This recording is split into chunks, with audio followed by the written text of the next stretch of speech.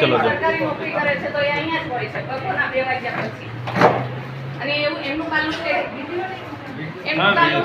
એવું છે કે મને બેસવાની જગ્યા છે નહીં.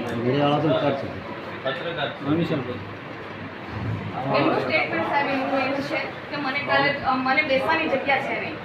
પ્લસ બીજી વસ્તુ એમને એવું કીધું છે, એમના જ વર્ડ છે કે આ સામાન મૂકવા પણ જગ્યા નથી. એટલે આપણે ગવર્મેન્ટ સ્કૂલમાં એટલી બધી આ બીઆરસી ભવન છે ત્યાં કોઈ જગ્યા જ નથી કે ત્યાં એમની જે સ્કૂલ છે ત્યાં પણ કોઈ જગ્યા નથી. હા, જગ્યા નથી તો પણ વસ્તુ તૂટેલી છે ને, તો વાપરેલી છે.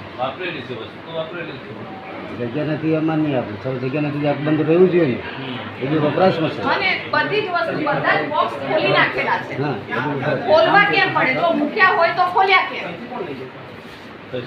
અને એમને જે આ જે ડિજિટલ બોર્ડ છે એ એમ કહેતા હતા કાલે કે હું ચેક કરવા લાવી હતી, તો ચેક કરવા આપણે ઓપન કરીએ છીએ 2023 થી ચાલુ થાય છે, તો 3 વર્ષ થાય ચેકિંગના.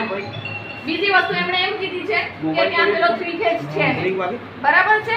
આ બધા એમના જે ગળે ના ઉતરે ને એવા રીઝન છે. અને એમને અહીં બેસવાની કેમ જરૂર પડી?